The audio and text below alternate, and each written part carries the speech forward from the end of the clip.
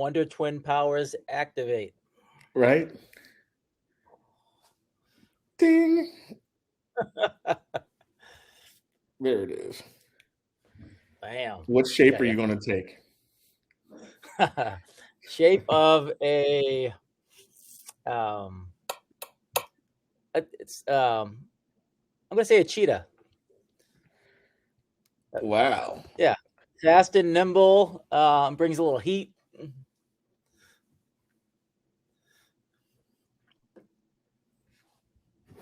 How about you?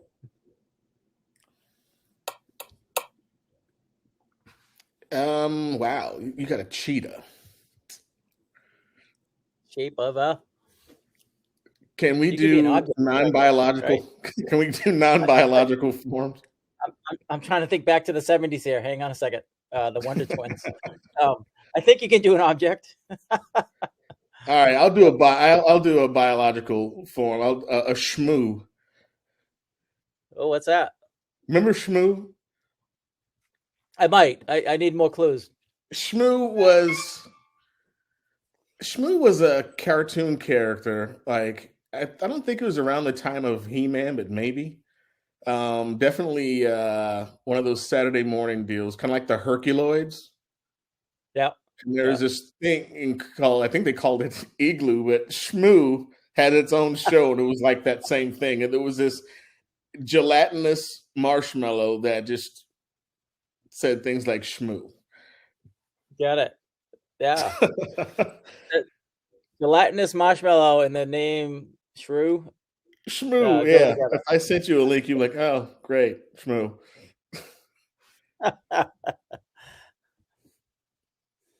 Okay, I'm just glad you got my joke there. Wonder Twin powers.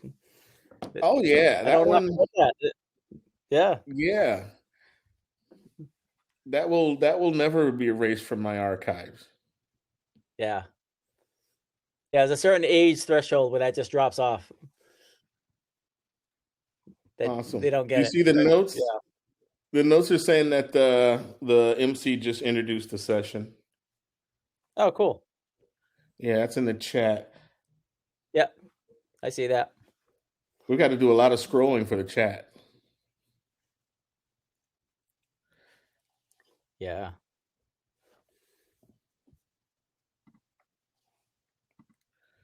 Okay, please navigate to the workshop to attend. Where are you seeing that? It's popping up on my screen. Please navigate to the workshop to attend the workshop, Design Thinking Toolkit. Is that?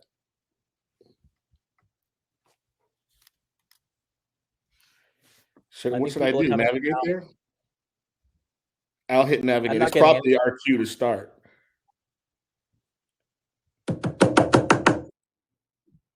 Who is that knocking?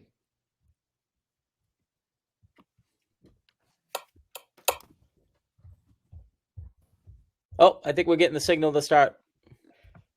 Okay, no, you can start. Okay, there it is. That's us navigating.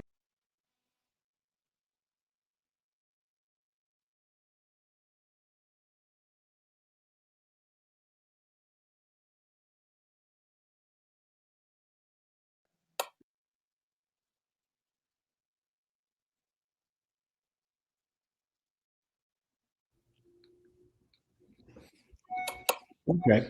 So it looks like it made me just jump back in again.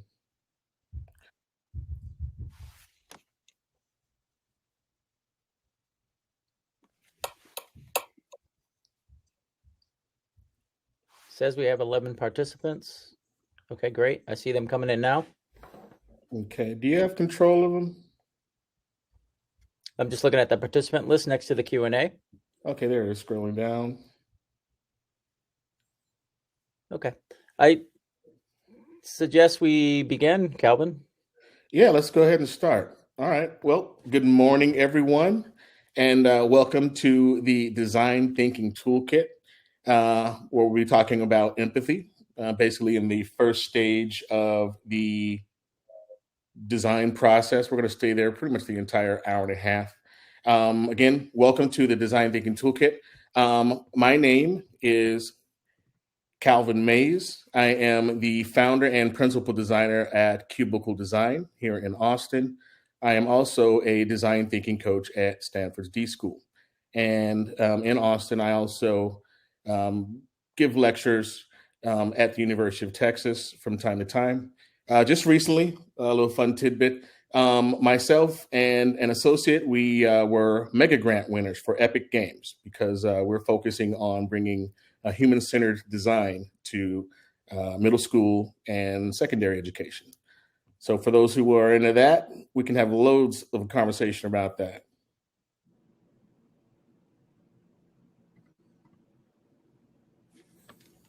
All right. Good morning or good afternoon or even good evening to some of the folks out there.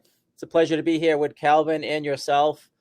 My name is Bill Pacheco, as shown here. I have the privilege of being on my third act in my career, which is more around education and business consulting. And like Calvin, I'm a design thinking coach at Stanford, and I'm also a design thinking fellow at Trinity College and do some lecturing at Boston University. So education's near and dear to me. Some fun facts about me in the past year and throughout my life. One, I was on a radio program in Latvia, of all things, and that was really fun to be able to do that. And I've seen every Star Wars movie since 1977 inside the movie theater, to give you a little hint to my age. And I love playing tennis. That sport is amazing, and I want to keep doing it.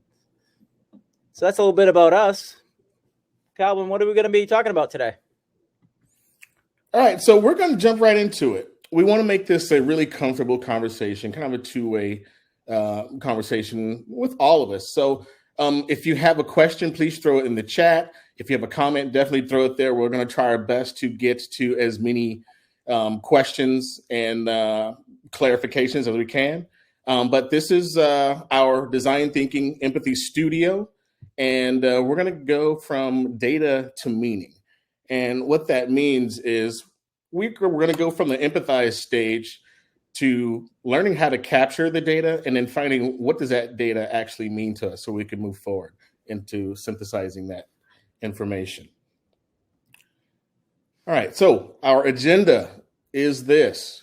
We're definitely going to try to connect deeply into experiences. Hopefully we'll get some out of you all towards the end. Bill's going to share with us a story of impact, which includes the Cybex 770T. We're going to share how this story relates to EDU and help us to understand who we're designing for. We're going to go over the design process overview, just shortly or quickly, so that we can get an understanding of where we are in the process and how that process actually moves in real time. For the participants, we want to set a winning aspiration for you. So some of the things that we're going to do will be quite aspirational because we're going to share some items, some frameworks that we can use today or tomorrow or implement as soon as we would like to. And then we'll have an open discussion about being human-centered and remaining human-centered throughout the process.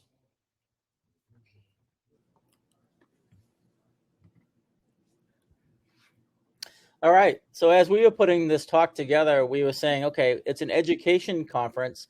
So who's the center of our attention? Well, it's the students. And we said, all right, why don't we talk about what we believe the skills and capabilities might be needed for those students as they begin to enter their workforce? What does the next generation need? And we like to share that answer through a story. And the story, we'll go through this design process here where we go and discover, define a problem, brainstorm, and then prototype and test that solution. So the story is from my past. I used to work for a company called Cybex, and Cybex made fitness equipment like treadmills and exercise bikes and ellipticals and strength training machines. And it was a fun place to work at. And at the time of the story, I was newly promoted to director of engineering, and I had a new best friend, which happened to be our CEO. And we would talk often, and he was not happy about the state of our company because for treadmills, we were number 6 in the marketplace. And that was really stifling our growth. Treadmills are the number 1 product sold to gyms, and we were number 6. Not good. He was not happy. And of course, he would say things like, Bill, you got to fix it. So maybe on the chat line, you could put, are you a treadmill exerciser? Do you use treadmills?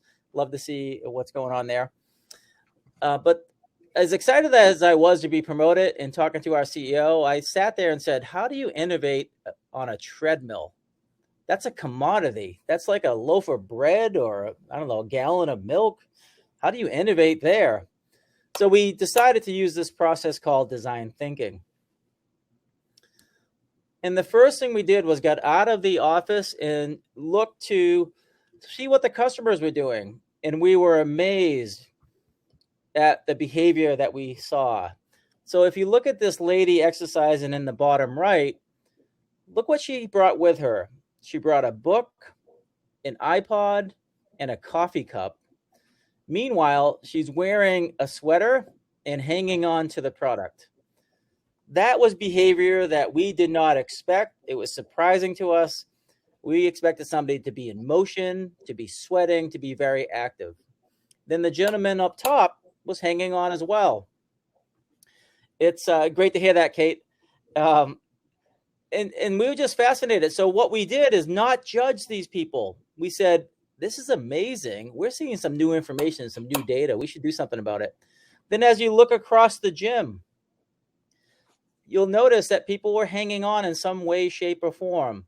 And it didn't matter if you were young or you were old or you were fit or unfit. People were hanging on. And if I took this picture 5 minutes later, the hands would change, but they'll be on some stationary area of the product. Then I want to draw your attention to the lady in the foreground, in the left. Calvin, maybe you can tell me if you see my arrow. And look what she has on top of the console. She has a towel. She is hiding all that information. She has complete disrespect of how much time and effort it took for us to design that fitness console. And what evil must lurk underneath that treadmill console. And of course, it's things like time remaining.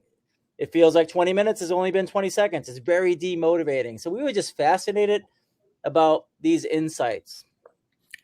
So, Bill, to answer your question, I cannot see your arrow, but these photos look amazing.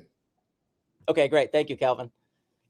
So we went back and we shared this information. We put a couple small teams together and we made this beautiful looking treadmill. I was proud of the team to take a stand on where all the controls should be. They provided a lot of accessory storage and, of course, the overcompensated on handles. Now, this is nowhere near commercially acceptable. We knew that.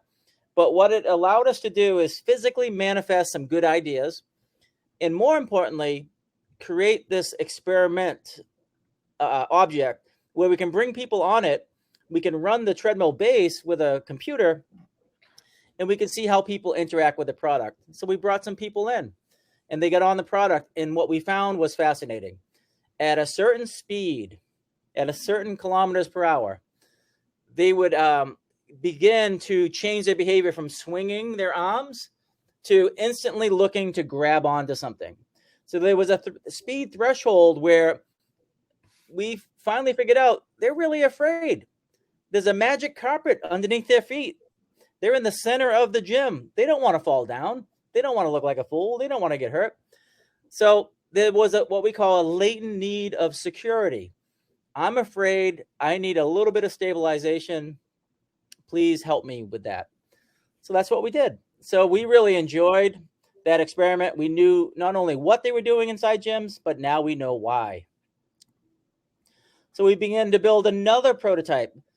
And as you can see, the prototypes here are very fast to make, very cheap to make. We used everyday materials at like a hardware store. And we began to think about, all right, if somebody's going to put a towel on the product, that's really bad on a treadmill because you're hiding the stop button, you're hiding the speed down button. It's very unsafe. So we started to think about, what if we split the screen? Why don't we have a small screen that's always available and it has main controls on it, and then an upper screen that could be used for display and entertainment. And no other product in the market had that. So we were really excited. We were going fast. We were customer-centered and ready to go. So we spent some money on industrial design where we wanted to now bring some form to all this functional apparatus we have here. So we did that. And we got a set of renderings back. Oh, here's another view from the front. And check out some feedback that I got here. I want you to look at this blue box, blue dotted box. It says, not a fan of anything in this presentation. Ray. And where it gets really interesting for me is Ray's my boss. So here we are having all sorts of excitement, only to get this feedback as we began to do some industrial design. Ray is a giant in the fitness industry. He has over 85 patents and is a senior VP of R&D. So let's just pause for a minute and maybe ask the audience, what would you do if you were me? If your boss told you for the #1 project in the company, he's not a fan of anything in this presentation, what would you do next? Please put that on chat. You can add that to the chat, or you can raise your hand or go into the Q&A.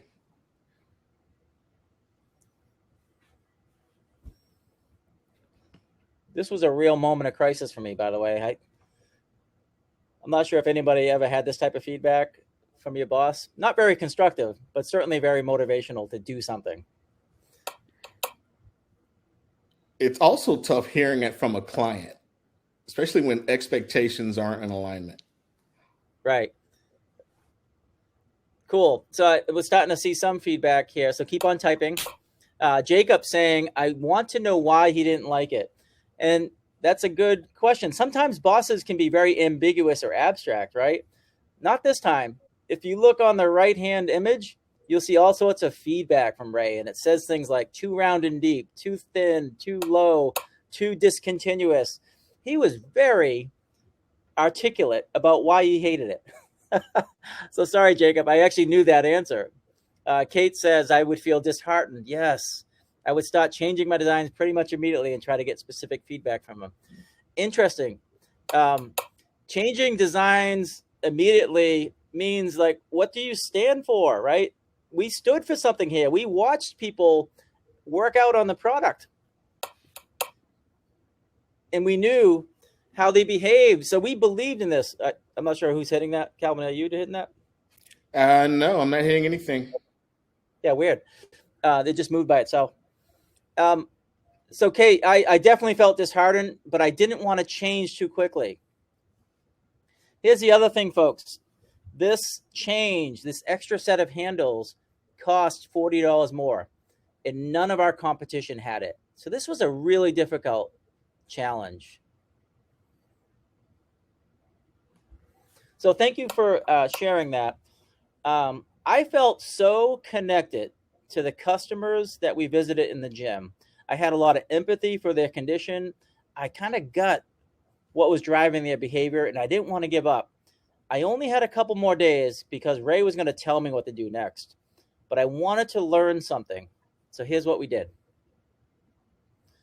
We actually took an existing product and hacked into that product handles. And you can see the handles are actually going into where the bottles would go, the bottle holder space. And we didn't care about that because we were testing the handles. And we brought it to a hotel gym. And in that hotel gym were many first-time users. So we got lots of first impressions. And they also had choices of treadmill A or treadmill B, another manufacturer or this treadmill. And 9 out of 10 on the day we installed it went right to this machine. So we asked them, why did you choose this one over that one? And they said things like this: I chose this machine because it feels safer. Wow.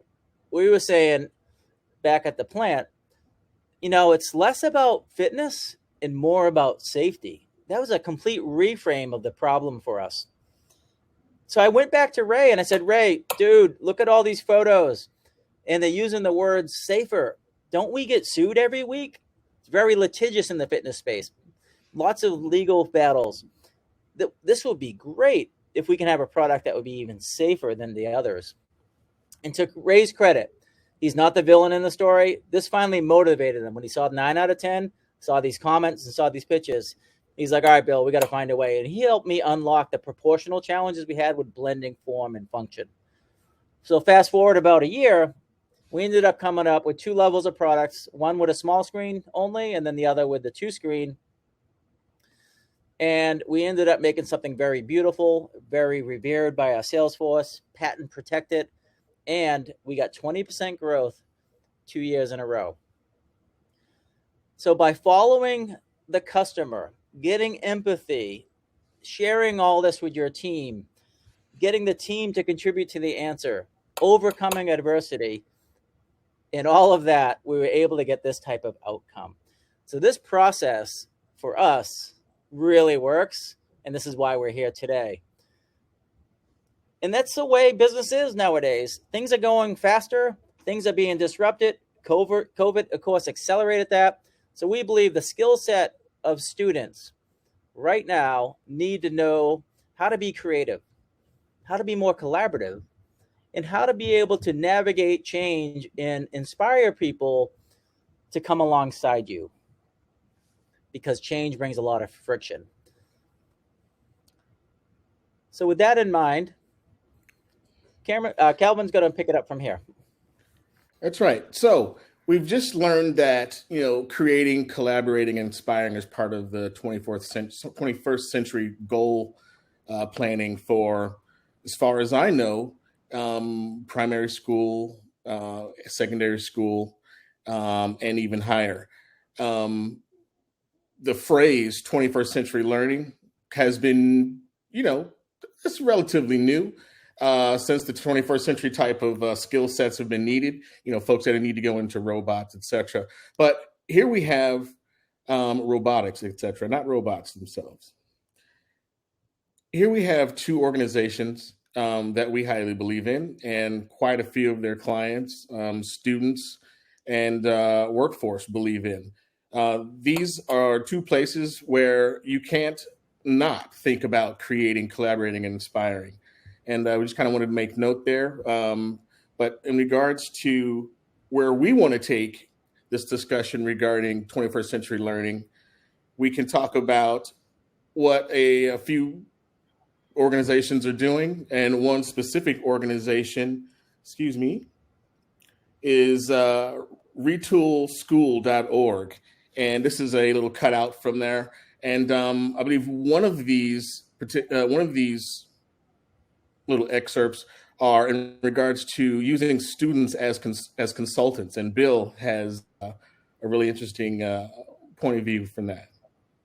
I think, Calvin, what I'd like to do before just jumping into that is talk more about these blue points. Why don't we elaborate on that a bit? Sure. So we want to make learning relevant. And what do we mean by that? It means maybe we'll have a prompt about it's a STEM prompt, but we are teaching some elements of how empathy plays into STEM or STEAM. That may be ethics and thinking about the things that we make before we decide to go forward with making those things and looking at the implications. We want to increase the student voice and choice. One way to do that is to have the students showcase their work in their portfolios on the wall. Let's see. And that helps build confidence. It also allows, for students to protect their work and to defend their work, and bring meaning to anyone who raises questions, and, possibly create opportunities for collaboration in that space. Cool. Thanks, Calvin, for bringing more info around those. And Calvin mentioned one of the examples that we wanted to bring up called students as consultants. So as you know, what people do is a lot more powerful than what they say, right? So if you are going to be empathetic, go and gain empathy from somebody. So what better way to do that than to engage students? Now in business, we so often just want to rely on consultants to tell us what to do. But the source of data that's really productive is an unhappy customer, right? So in schools now, the product is the educational experience, right? So why not talk to students as an amazing consultant about what a customer feels like to go through that school experience. What's it like to go through a school day? What's easy? What's hard? What's it like to go through a school lunch? What's exciting? What don't you like? What's it like interacting with students? What's it like interacting with teachers? And there'll be a real source of information, and they'll really feel like they're giving a voice in the school, to the school, and whatever I say is matters. They're using my comments and making changes. And if that doesn't engage a student, I'm not sure what will. So use students as consultants. Calvin, you want to bring up another one? Sure. I like unwalling the office. And this works for students as well as adults in the corporate world, right? We're always kind of weary of whether or not the boss's door's partially open, all the way open, or locked with the blinds drawn. So in a scholastic scenario, we want to teach young adults, young growing adults, that there really is no physical boundary, nor there should be a mental boundary or social boundary around learning more, exploring. And we really want to continue to take a beginner's mindset each time we enter a space of learning, especially places where we know we're trying to open minds, explore deeper and farther. So unwalling the office is a great way to create an open environment or invite an open environment. And what that means by unwalling the office, subtle things like leaving the door open, maybe having an inviting sign, standing outside of your door as opposed to behind the desk and inviting folks to talk to you, especially students and, new teachers or teachers who you may feel need a little, tap on the shoulder or a little more understanding. All right. Next slide here. So this brings us to the question of what process helped educators have this impact?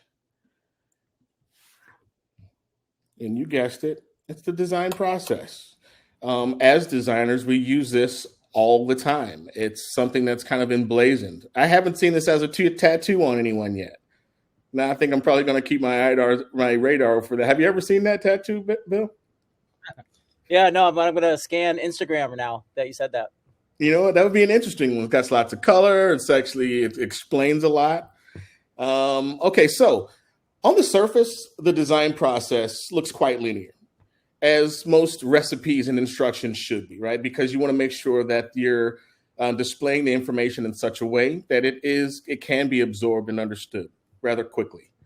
So we see the discover stage or the empathy stage, which is what we're talking about today. And then after that, we're looking to synthesize and define that material. And then we get into ideation. We're going to try to make something of that. Maybe it's just a concept. And then if that concept starts to gain some steam, then we want to get to a prototype, maybe a minimum viable product, something that just shows that the product works in one particular way. And then we test it. That is how we'd like things to go. So what really happens before a client offering can be really called a client offering is that the design process is going to be followed in its iterative pace. So when we start off with discovery, and that's usually where we start, unless we're doing maybe a redesign, right? Then we're going to be starting with, testing, or we'll use it as the prototype. And going back to discovery here and showing the contrast between the iterative process and it being a linear process. Excuse me. So let's say that we move from discovering to the definition stage, and we realize we can't quite define what we are trying to define with all this data we've got. Well, we've got to consider, have we been looking at this data very long? Has it started to kind of mold for us? Or do we just not have enough information? And those are the two questions you want to really kind of think about, because you really can't get any further, and the quality of your work will suffer if you can't get that much further. So let's go back and get more details so that we can have a successful definition stage. And next we're going to jump right into the empathy studio itself, taking the human-centered experience plunge, really. And we're going to do a couple of exercises soon that will showcase empathy and what it is to consider more empathy as we're designing for others. So this is a classic example of a visual empathetic expression of empathy. So it's a noun connecting the emotions that underpin an experience. It looks like one of these kids is not having a very good experience. Maybe he spilled something, maybe there was a loud noise, but something about his experience is a little unnerving. So the other child is being a bit consoling. It's a really cute picture, right?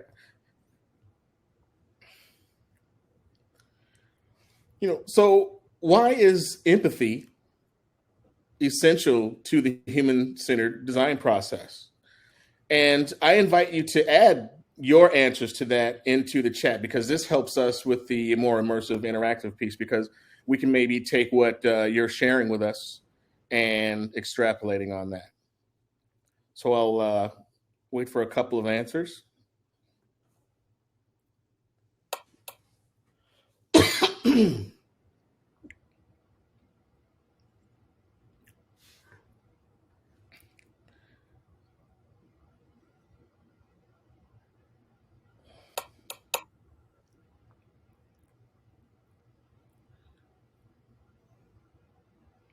Let's see. Okay, we got a few so far. Bill, you want to take one that stands out to you? I think Jacob says it really well. You are able to see the real problems that users have instead of the problems you think they have. Yeah, when you're sitting back in the office, perhaps developing the products that you do, you're not out in the real world. You're not going through some type of journey to accomplish something and all the emotions that occur in that journey. So you need to get out of the office, right, and interact. So Jacob, I think you really said that well. What are the real problems? Sana has a great one too. Sana says because it shows someone actually cares. Sana, I would love to get you off mute and to hear more about that. Is that possible? Would you be willing to add more?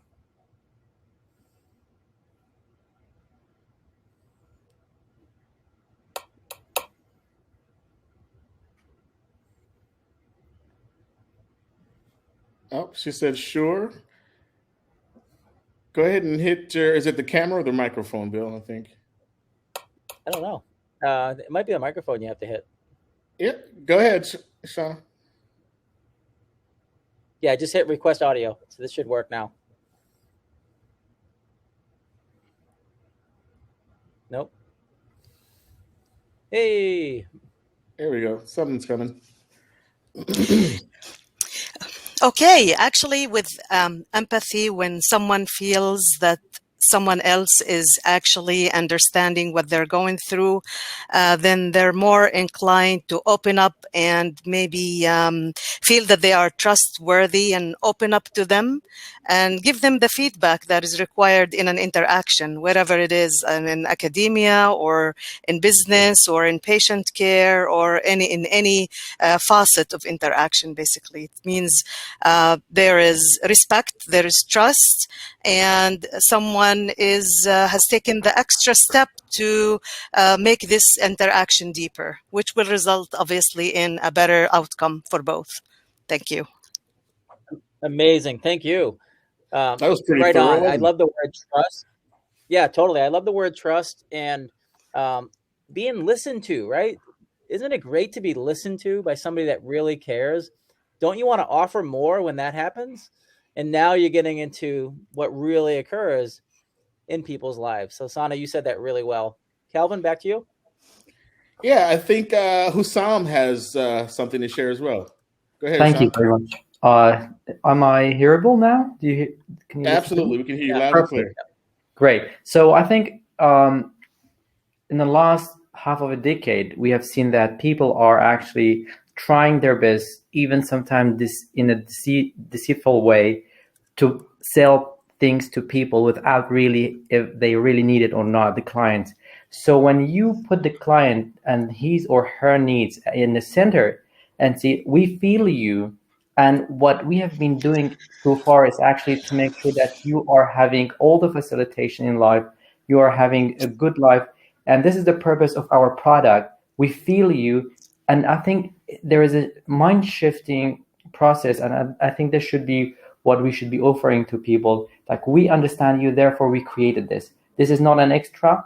It is a need that you have it in your mind, and we thought it for you, and we brought it here for you so that you can use it. It's not only to let's say fool you and sell it to you and then say, okay, goodbye. We have had our sale, and that is the issue. So I think when people start to see that the bridge you are making is for the client, and that you really feel him or her, this will make the client more prone to believe the market. Because in many times, about sugar issue and so on. So even sometimes the science has played a role negatively, but when the product is actually designed with empathy, with a touch of love, I think that is something all of us are looking for as a client, but also as a producers.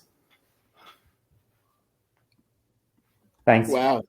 Yeah, that was another fantastic comment. I love hearing other people's perspectives on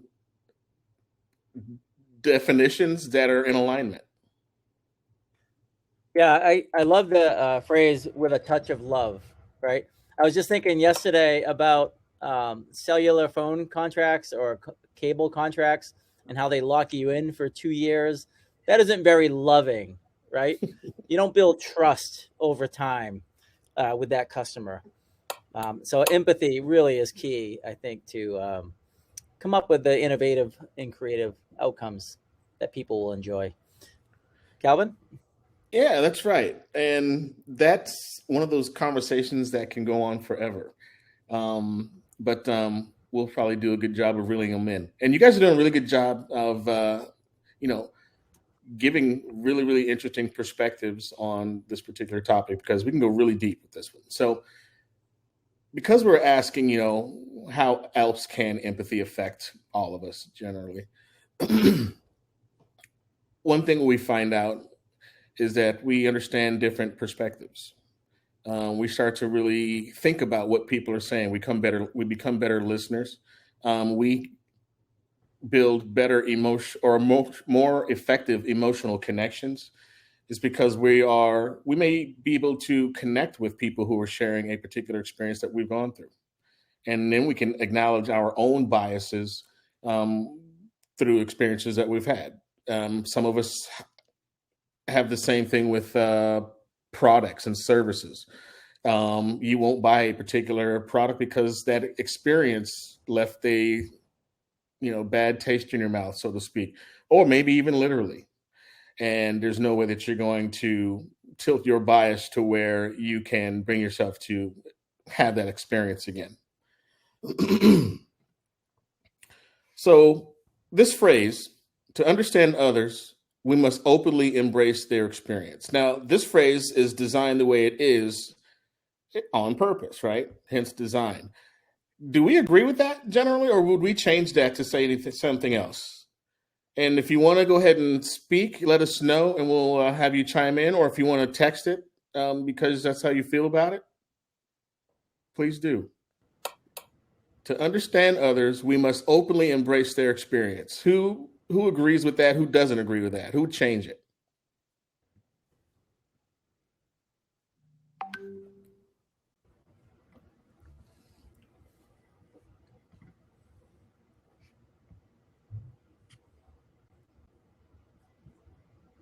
Okay, we have Najed who's coming in. Can you hear me? Yes, go right ahead. Yes, yeah. I think I totally agree with this sentence because I think it's true that, yes, empathy is absolutely essential. But if you cannot understand other people's experience, really, because it's just so unfamiliar to you, it will be very hard to show empathy. And so I think you really need that understanding. And yes, I completely, totally agree with the way you put that in that sentence. Okay, great. Now, I've also seen, and thanks to you for sharing your perspective on that. And I also see, is it Hassan says, I don't agree. Let's hear that. Let's hear some contrast.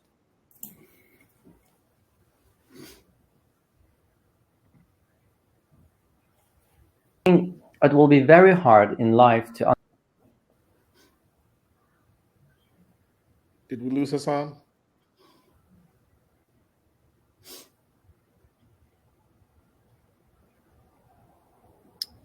Okay, Hussam is back. I think he's coming back. Great. Yeah, there we go. Thank you. So I think, understanding is not really obvious here, but I think we should have to have like we have to have some basics upon which we can build our own. Like we have to have a values, not only understanding them, because sometimes some people go through some experiences that are unarticulable. So you cannot really express what you have gone through, but have a shared, let's say, some shared empathy, saying, okay, even if I don't really understand what you have gone through, yet I can relate to you. I can be a positive support for you to push you over, or to push you over this issue that you're facing. Because I think we, as I mentioned earlier, that not every time people can express what they've gone through or their experiences. Sometimes you have to say, okay, I understand you, even I feel you, even if I don't really understand what you're saying. But I see when you're expressing yourself, when you are looking for something that you don't have, I see that there is something you are going through, but not particularly understanding what exactly you've been going through. So this is what I would like to say. Yeah, it's interesting comments. One thing I think about is empathy is not sympathy, right? Of course, we want to be sympathetic to other people's challenges and things like that. But empathy is really understanding those emotional underpinnings of what somebody's going through to accomplish something, right? Some type of journey that they're taking. And if we can understand what they believe, what they value, what they get motivated by, we can design better for them. So it's not we're not trying to reciprocate. We're not trying to console, right? We're truly trying to understand somebody else's perspective in that endeavor. So just want to make sure that we got to set the boundaries between empathy and sympathy. Calvin? That's right. All right. So I think we're going to get a little practice at doing just that, understanding where those boundaries exist for us and how we define them, and also to consider how we consider other people's information and their experiences. So designing for others is the name of the game for the next several minutes. And what we will need is for you to grab a sheet of paper, scratch paper, and a pen or pencil, something to doodle with. And we're going to basically cover a little bit more of how we empathize through a framework exercise. How are we considering our client, and what are their needs? Those are the two things that we want to keep close to us as we work through this program. All right. So let's draw a trash can. Let's take a minute to draw what we perceive as a trash receptacle.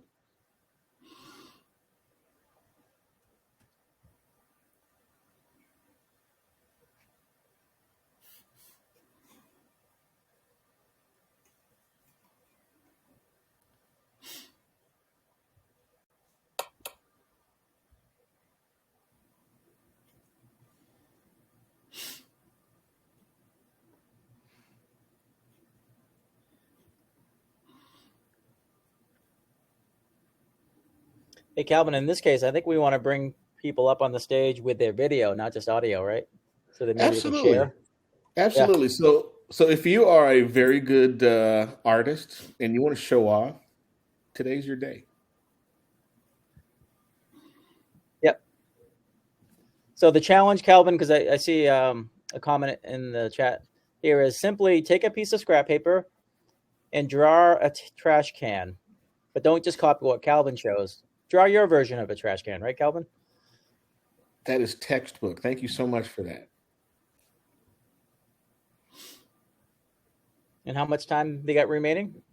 Let's give it another 15 seconds. It's a trash can. Whether we can draw or not, I think we can get the basic idea conveyed. All right, so we'll go down to 5, 4, 3, 2, and 1. Okay, so who is ready to share their trash can? We'd love to see the trash cans because that makes this a little bit more fun.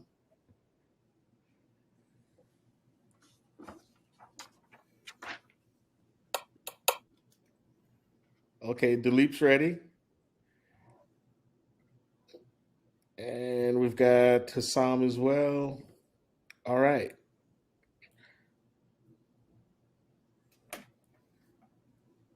I think here comes Hassam.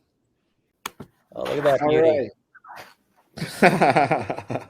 Even got those little ribs in there for like strengthening. That looks like an aluminum or stainless steel one or something like that. That's cool. That's amazing. Okay. Thank you. And what we got Thank here you. in green? Anybody else? Anyone? Any other takers? We'd love to see more drawings. Be more to talk about.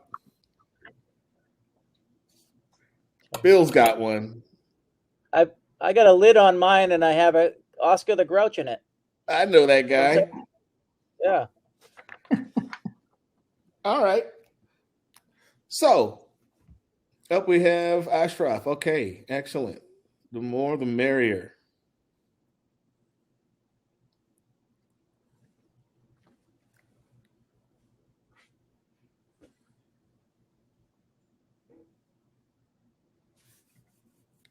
Okay, we're trying Ashraf again. Internet. All right. What's that? Oh, there we go. He was on there for a second. Man.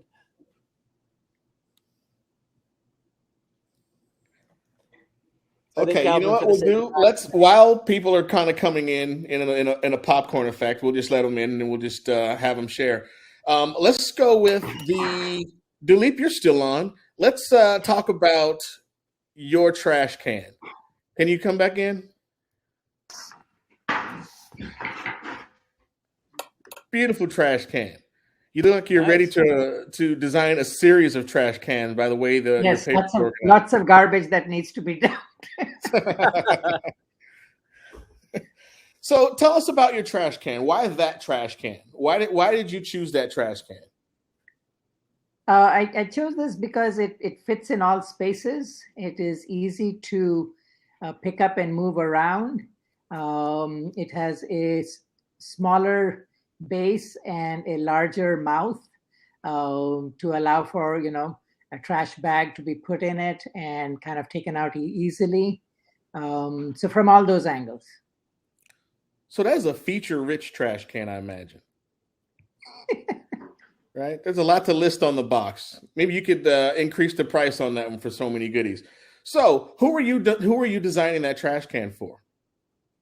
This is actually multi-purpose, so it can be for, for the kitchen. It can be for just regular garbage. It can be for the office.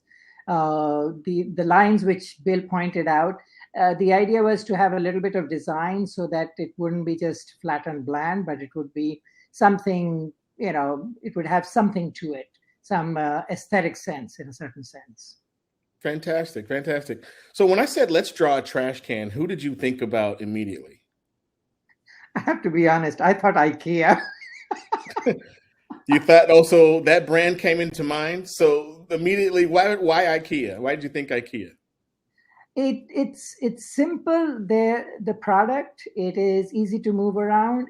And it is not completely flat. I mean, if you have looked at some of the IKEA designs for trash cans, I mean, some have circles, some have lines, some have different things, and it's not completely black plastic as always. It is like sometimes transparent, sometimes a little translucent. So there are all these different things. So it makes it a little interesting. Sometimes a few colors, So it makes it a little interesting. Sometimes you may want to have a trash can which is there, but which looks kind of and fits into all your other furniture spaces. But it's not ugly. It's not black and, like we have typical those tall things like 22 pounds or whatever it is called. Those are ugly to me. They have no aesthetic sense or finesse to it. I see. So where do you buy your trash cans? Well, one doesn't buy them regularly, but I bought mine in IKEA several years ago, and it still works, functions, and it's easy to clean. That's the best part of it. Okay, great. All right. Bill, do you have any questions or shares? No, it's interesting. When you said, who did you think of when you designed that? And you went right to IKEA, right? So just want to plant that comment in there, Calvin, as you transition to the next slide, right? Absolutely. All right. So this next slide, it's another drawing exercise, but now let's design a waste removal system for a disabled person. A bit of a graduation from a trash can, right? So if we can do that with our pieces of paper or sheet of paper and a pen, that'd be fantastic. Now let's take 2 minutes for that. And maybe you don't have to draw the entire system. Maybe it's just a few phrases that kind of show us what it might be as well. So just give us a basic understanding of what a waste removal system would look like for a disabled person. So let's start the clock now. Let's do 2 minutes.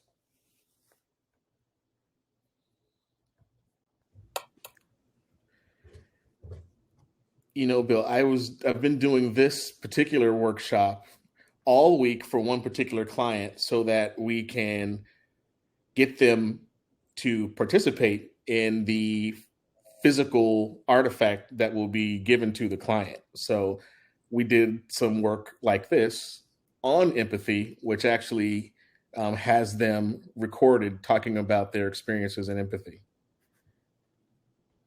Nice. Okay, 1 more minute. And it's okay if you don't have a complete system. We definitely just want to have ideas.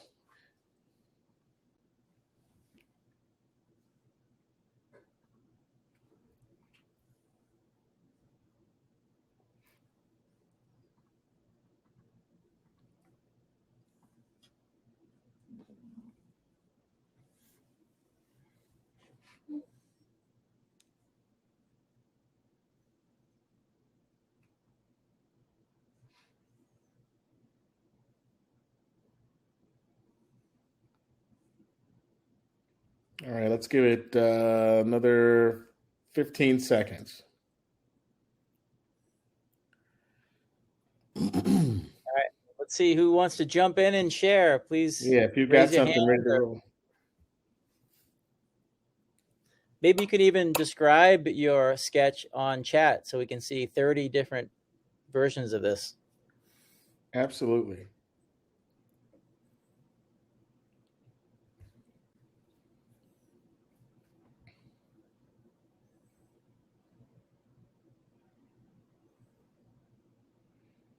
Okay, so let's call it time's up. Let's stop there. And no matter what we have, I think we have enough at least just to get us basic ideas of what we're thinking about. All right, so who wants to hit up first? Yep. Okay, looks So like we want everyone to type a description in chat, but then whoever wants to come off chat and share your sketch, that would be even better. Absolutely. Live discussion is definitely king.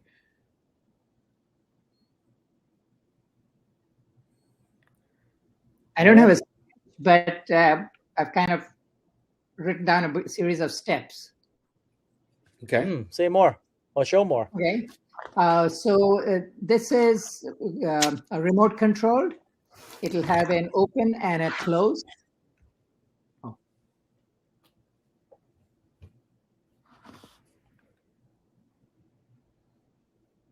There we go. Right. So it's a remote control. It'll have an open and a close, and it'll also be a self-closing trash bag, so it will go around and kind of wind it and close it and wrap it, seal it.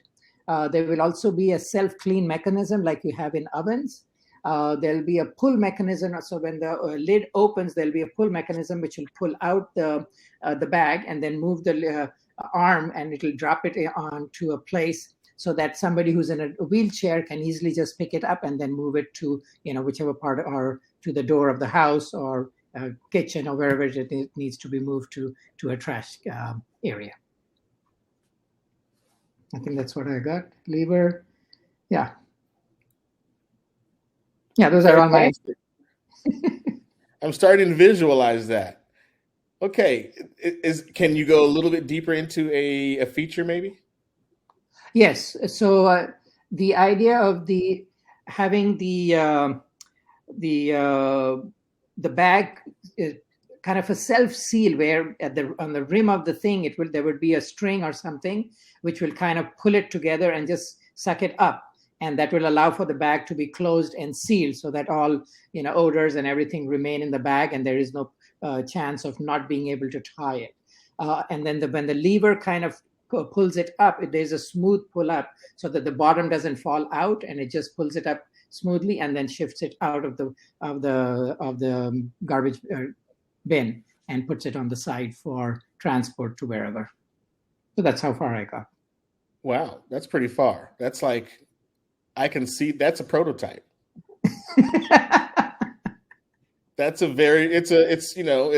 beginning stages, but if you can read it, you can visualize it. That's a very, very vivid picture of a prototype. Okay. Well, thank you. And then the cleaning aspect is, again, it's a self-clean where, so you have an open button and a closed button and a self-clean button. And so once you do that, there would be a cleaning mechanism so it would take out all odor and everything and may keep it ready for the next bag, which will just slide down then. And that's fantastic. So does anyone else have an item that they'd like to share as well, along with Dilip? Not so much? Okay, that's fine. So let's look at the difference of what we've created here. So in the beginning, or early on, I'd ask you to basically draw a trash can. Very specific, right? A trash can. There's different ways to draw trash cans. That's fine. But you know what? Did you realize who we were actually designing for at that point? Dilip had shared that, the first thing that popped in his mind was IKEA, which isn't necessarily someone he would design for, but IKEA did design for him. And we finally learned through having a deeper conversation that he was the one who went to IKEA and he buys the trash cans for the house. So it seems as though he has a lot to say about the types of trash cans that go into the home. So right here, we're looking at something we know, but we're looking at our personal experiences. But now something different happens when we look at the waste removal system for disabled people. We're looking at who now? Are we thinking of ourselves, or are we thinking of others at this point? Kind of a rhetorical question, but we do need to point out that we are definitely designing for others. And we want to understand what those others' needs are so that we can design correctly. So when I ask, now design a waste removal system for a disabled person, how many of us started doing some research about how disabled people remove waste of any kind? Did we start looking at that, or did we work based on our own personal third-party experiences or hearsay or what we've seen out in the world?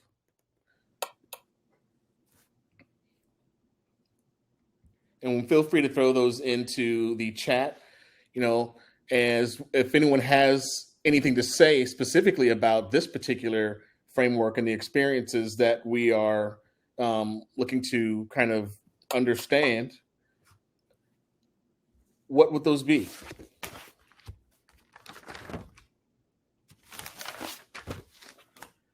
Visualizing the challenges that they may feel. Yeah, absolutely. We want to get closer to understanding, right? That's what we were talking about earlier. How are we considering those that we're designing for? And it even drives that point home even further, that we need to consider and understand other people's experiences or embrace them to fully understand how we might design for them.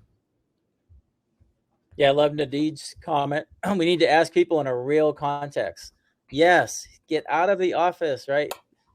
Go into the school setting, or go into the supermarket, or wherever these people are, right? Understand how they might use this, then design for them. I think it's brilliant. That's right. And that dovetails right into this slide. Without empathy, we find it difficult to gain the insights needed to meet the needs of others.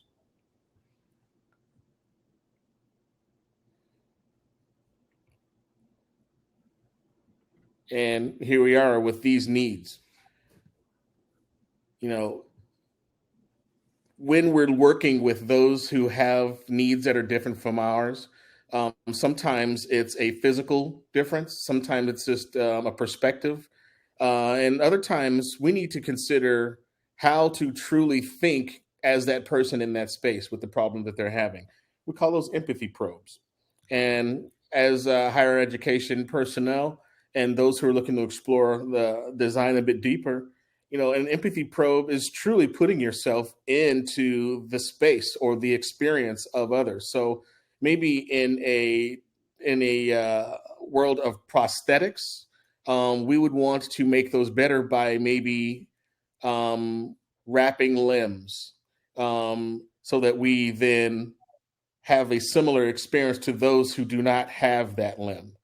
And to consider what that person may be going through on a day-to-day basis, so that we can consider what types of tools to make for those people. But to move on a bit quicker, to say again, without empathy, we find it difficult to gain the insights needed to meet the needs of others. That is going to bring us to the end of the creative component, where we get out and draw and show off a little bit. I'm glad that you guys really participated in that. And I hope that you can see the difference between how we think about ourselves, how we consider others, and how we can get into their stories without assuming or working based on assumptions or bias. Because there's a difference, and the quality of your work will show through that. All right. So we created, we talked about the need to collaborate with others and also to inspire as 21st century skills. So we want to talk more about this inspiring section. And we want to keep students, right, at the center of our experiences and the work that we're trying to do. We want to remain human-centered. If we're going to use all this empathy work, how do we leverage it to inspire others? Well, a good way to do that is through storytelling. And Disney is amazing at storytelling, right? With their fairy tales such as Cinderella, or now that they acquired Pixar, they got the Toy Stories franchise and all the other movies that come out from those entities. So how do they do that? How do they pull off these stories so well? Well, they actually use a technique called the story spine. And the story spine came from Ken Adams, who was a pretty good improv actor and theater director. And he unpacked, or he decoded, what's inside a fairy tale story. And this is the framework that he uncovered. So it's a good structure for a good story. So I like to practice this with the audience. So I'm going to really need all 29 of you to put something on the chat line here. And we are going to improv some type of tale. We're going to make a story together. We'll make it up collaboratively, and we'll use this structure. So I'll facilitate that, and you just work on the content, right? And we'll have some fun together. So we'll really practice this, which will help us on the next activity that Calvin and I will have you do. All right, so the first thing we need is a response to Once Upon a Time. Okay, so this could be Once Upon a Time, something like a king wore a crown of lead, or A girl could run like a deer, anything like that. So let's get a lot of responses. Please type now. Make up story. Once upon a time, what? Once upon a time. All right, we got one candidate. There was a donut. Oh, we've got a dreamy entrepreneur. Interesting. Can't be an entrepreneur without dreams. Let's just get a few more. Yep. I see a lot of people typing a signal here. Yeah, that's great. So I just want a little bit more. This is cool. We got a dreamy entrepreneur. We got elephants that could fly. That's interesting. People came together. Awesome. All right, so let's go with elephants could fly. So once upon a time, elephants could fly. But now we need to know a little bit more about that. We need some details. What's going on? So in every day, because elephants can fly, every day what? What happens in their world? So once upon a time, elephants could fly.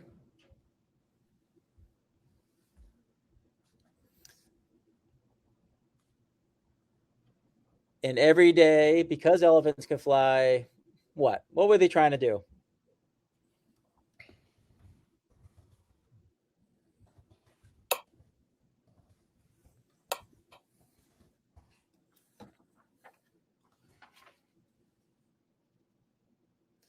Oh, interesting. They can go fast to the water hole.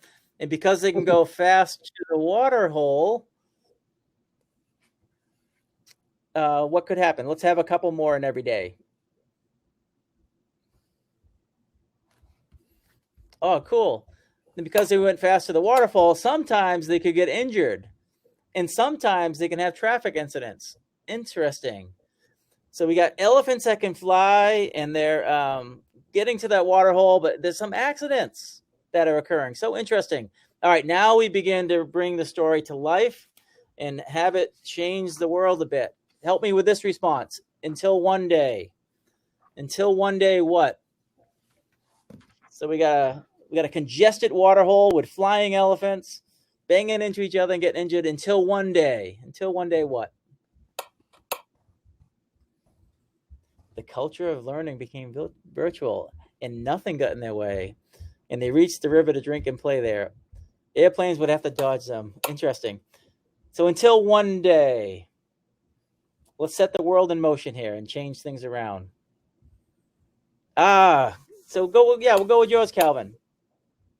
The giraffes put up a traffic signal. All right, great. Until one day, the giraffes put up a traffic signal. And because of that, folks, type this in. And because of that, because we have a traffic signal by giraffes, what happened next?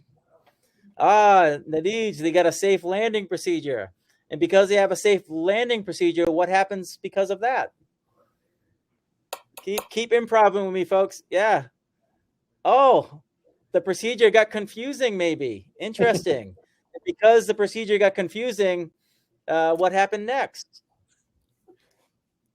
I think in a parallel universe, the accidents were reduced. Yeah. Anarchy. All right, cool. And until finally, what happened? How did we resolve this? They lost interest in flying. Very interesting. So they had wings and all that, but they caused some problems, right? So they lost interest in flying. And ever since that day, help me with this last sentence. And ever since that day, what happened? And the innovation and development became the order of the day. Interesting. So let's see if anybody's got any other. They developed full formation flight and taught flying to other species. Oh wow, we're gonna make it that type of story. That's cool. Yeah. So the moral of this story is what? What is the meaning behind the story?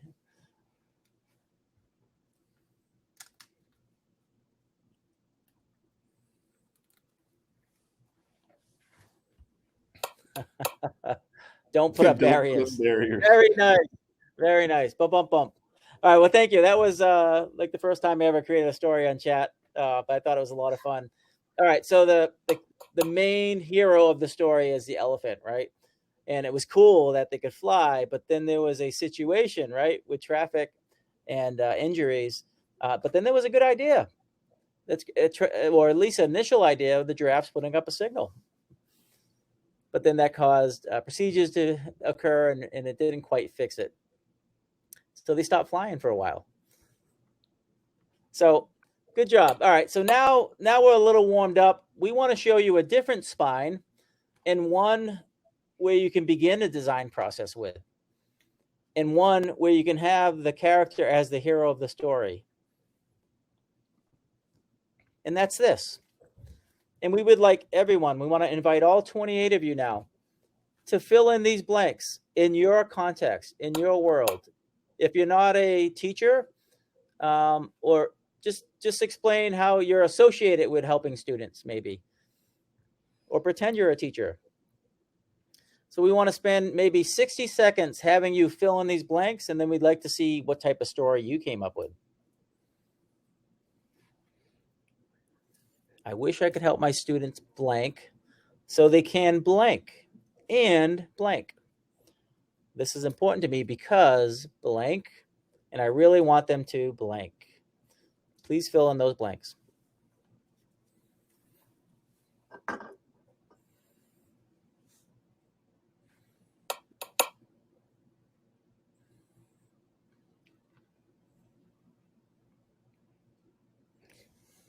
I'm still buzzing on that story spine.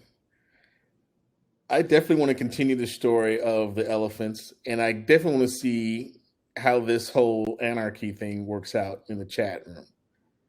Well, Calvin, I think we didn't rehearse this, right? I think that's great, actually. And it shows the impact of stories, right? If you can craft stories in a way where it's memorable, people will cascade it, right? You'll build curiosity, and you'll get people to come alongside you and perhaps join you. So that's what we want to do here with this framework. Exactly okay. Right. Yeah. Feel free to type in your responses, and we definitely want to invite people up to talk about this. We want to hear more about what you said. So Calvin, maybe you can help me with that. Absolutely. So we have folks saying you end up communicating better so they can engage and inspire. Let's see. We've got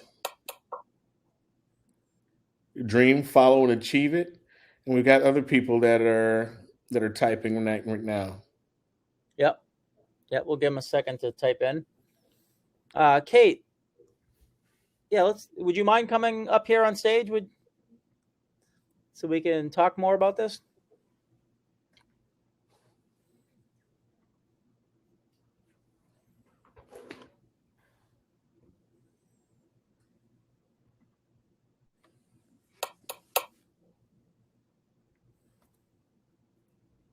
Oh, the camera's broken.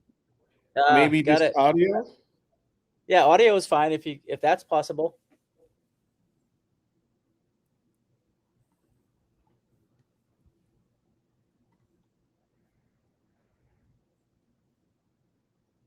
We'll get there.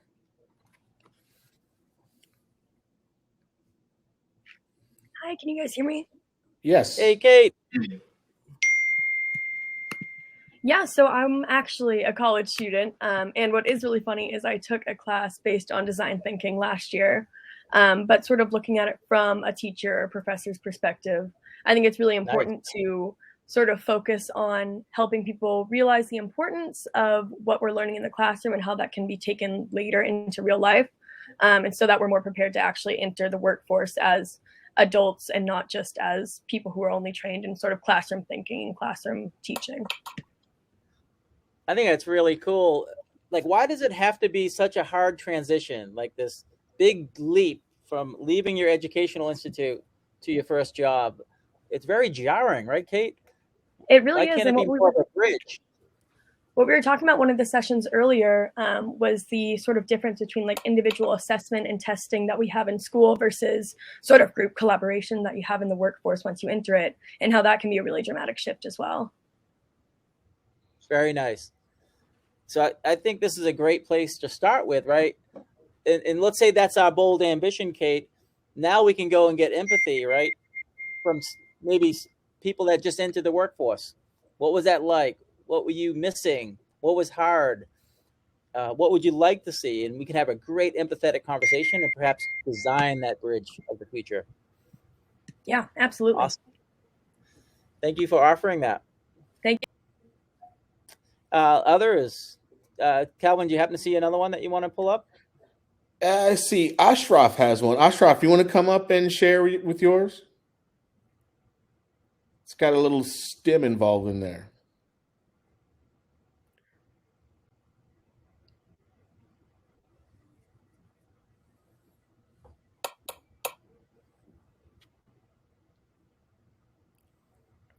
Let's see. Ashraf, are you available to share? Okay, he's typing. Maybe we can grab another one while we're waiting. Oh, he can't. He's not able. Okay. Gotcha. So let's see. Joel, are you available?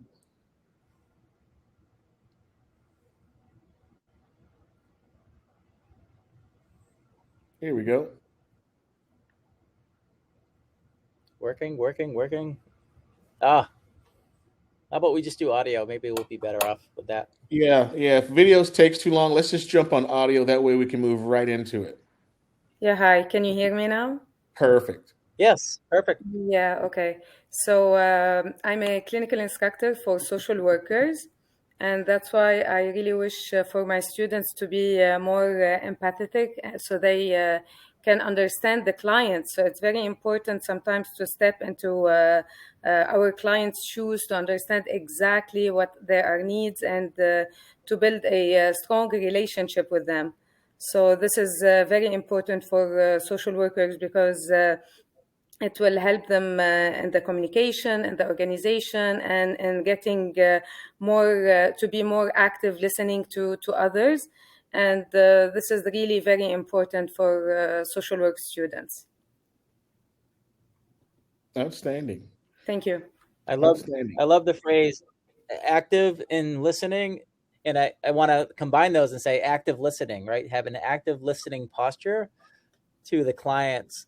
And fortunately, we're all different, right? So people don't think like I think. Calvin and I won't agree on everything. We experience things differently, right? So it's important to understand others and others' perspectives. So I love your direction. And I can just imagine the impact it would have if everyone was doing that. Thank you, Joel. Thank you. Yeah. And if you want to stay or if someone wants to come on, do you mind if we go through to the next slide? Because it's really, yeah. I wanted to kind of ask your permission on that. Yeah, we're going to enter our interactive session of part of the session, right? Yeah, absolutely. Because this stems from, the last part of that last framework. And we go from wanting to understand more about our user to utilizing the resources to help that person. And what we want to do now is, based on what you shared or what you're considering about, your own story spine with your own students, with your own administrators, your own professional development. What if you had unlimited access to design resources for your students or for your cause or for your interests? Yeah, let me add to that too. Yeah, you all created an aspirational statement, right? And I think what Calvin's really saying is, let's really amplify and juice it up. Let's pretend you had unlimited access to any resource. What would you do differently? What would you do next? How would you bring your vision to life? That's right. How might you rethink an existing plan that you've already executed? Oh, that's interesting. recycle a good idea, right? Absolutely. A lot of times it's not who's telling us, it's what they're telling us.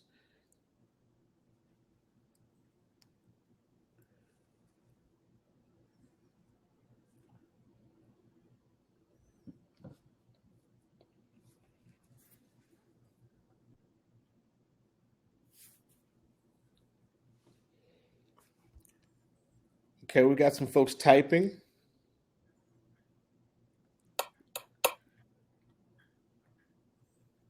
Yeah, as they're typing away, I'm just reading Vandana's comment around communication.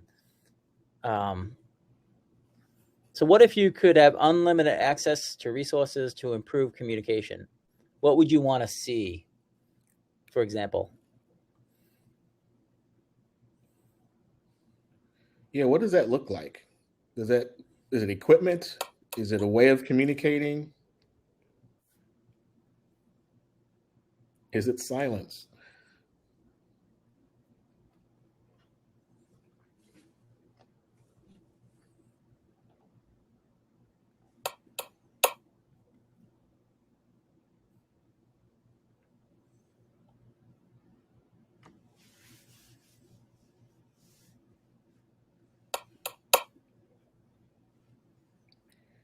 Okay, interactive storyboards. Self-confidence. I see a blurb about the time and meaning of existence. That sounds like a very philosophical endeavor. Very meta. Yeah.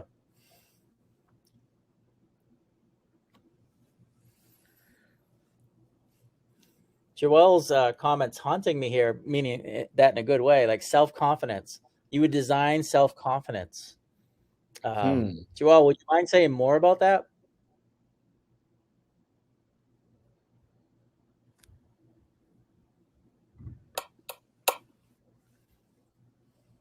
You hear me? Yes. Yes.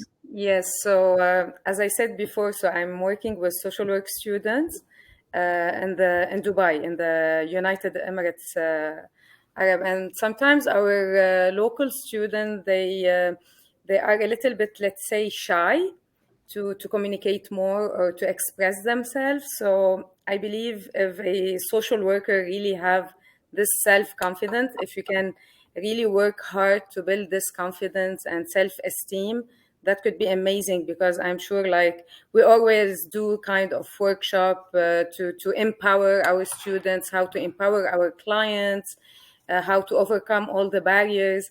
But all of the skills of social workers, if we don't have our self-confidence, unfortunately, we cannot help our client, and we cannot empower them.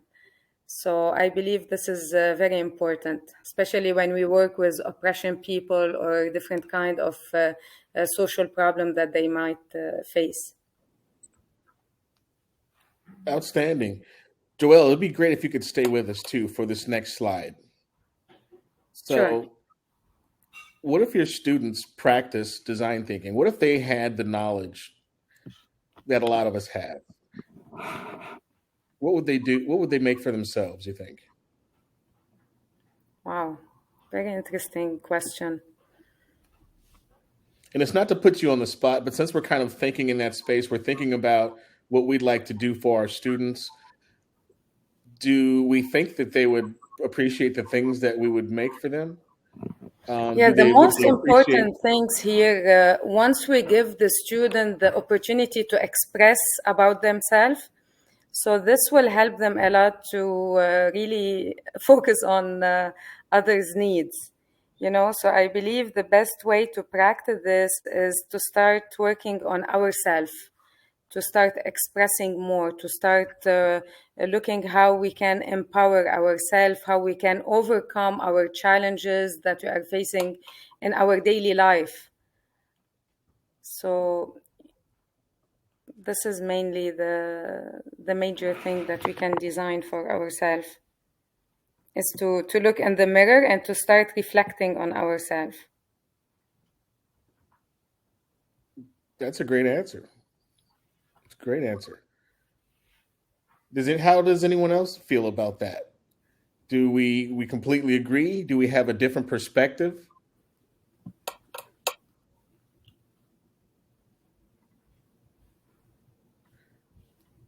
Majida says ways to stay mindful on the present situation in class material. That could actually be an interesting problem statement. How might we design for curriculum that keeps the attention of children and adults? Oh, interesting. Keeps them engaged. Okay. Any other thoughts? Joel, you're still with us? Okay, you're not with us any longer? All right. Yeah, I wonder, would students want the classroom to feel more like Netflix? Maybe that's a US thing, right? Versus the way it is today. I would love to see what they come up with for how they would be more engaged. What would they design for themselves? That's right. Would they want it more like TikTok? Would they want, I don't know, math expressed via TikTok video? Who knows?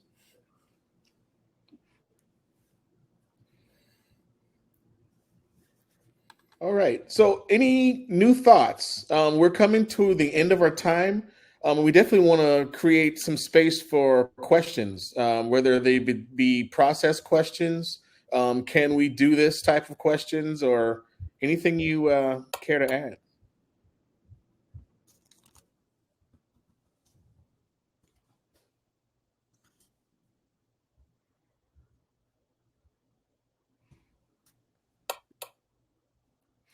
Yes.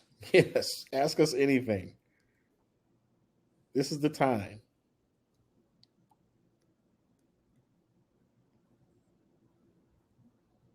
Anyone want to talk about how to bring this into the classroom?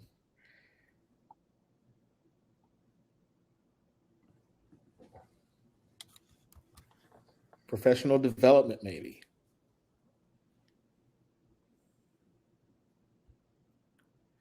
Would anyone like to tell us goodbye on video or audio? Well, tell us a story. Once upon a time. We'll take anything, Calvin, right? Anything. We're starting to get we're getting some typers. Yeah.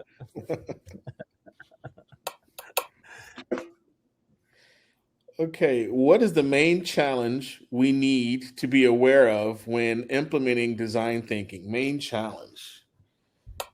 Well, I mean, you definitely want to keep ethics at hand. That's a big thing. You want to make sure those boxes are checked. Considering the implications of making something, right?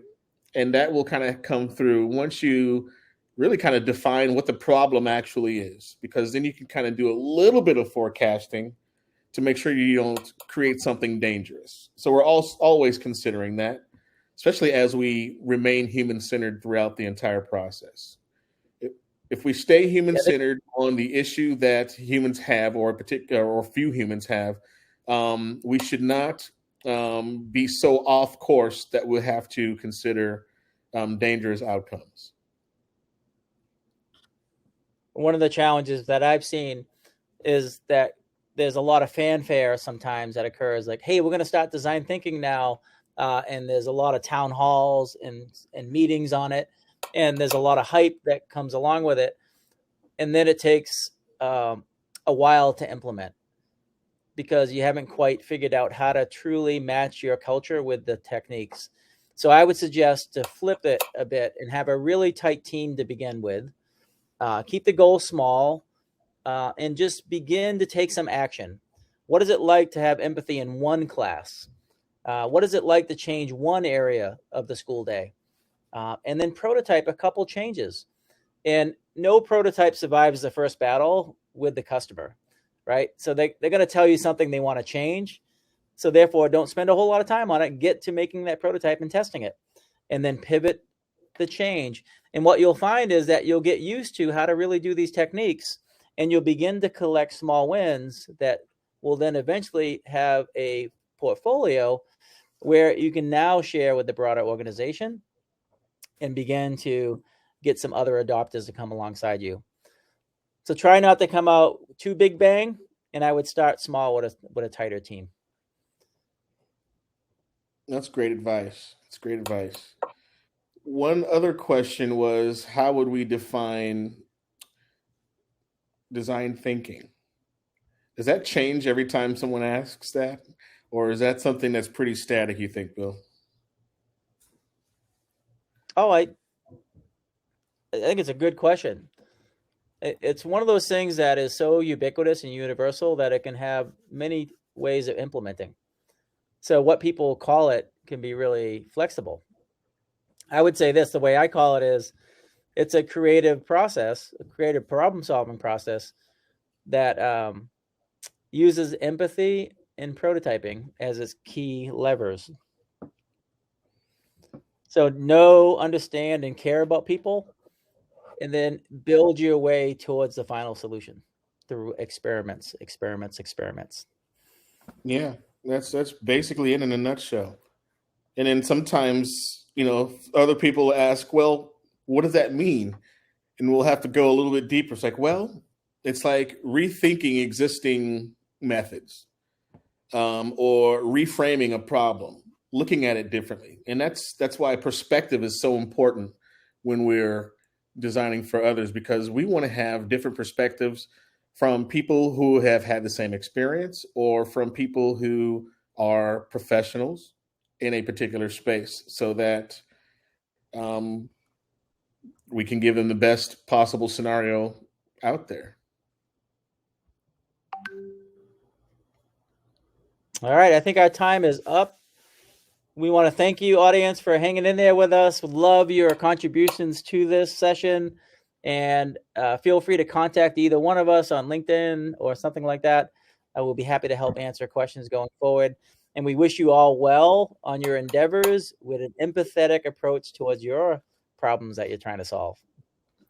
That's right. Thanks, everyone, for showing up and hanging out with us. Hopefully you got a taste of 2 frameworks that you can use today on your own. And feel free to contact us when you are interested in anything around design thinking, or solving some problems. Thanks, everyone. Enjoy your conference.